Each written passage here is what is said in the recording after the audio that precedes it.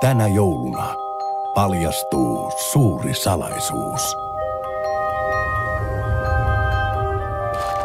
Oletko koskaan ajatellut, kuinka joulupukista tuli joulupukki? Minun mielestäni koko kylä voisi ottaa vastuuta pojasta. Eihän meistä kukaan halua nähdä orvoksi jääneen pojan nääntyvän nälkään tai palatuvan pakkaseen. Satoja vuosia sitten syntyi maailman suurin tarina. Tälläkö sinä vielä luuhaat? Kyyti äkkiä! Ja saa kävellä koko matkan.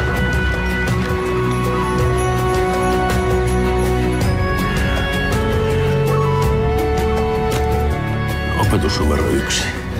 Verstas pidetään aina ehdottoman siistinä ja siitä asiasta ei tingitä.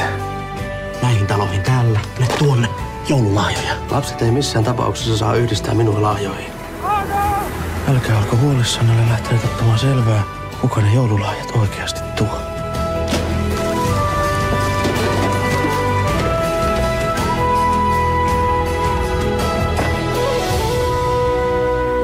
Ensimmäinen suuri kotimainen jouluelokuva. Joulutarina.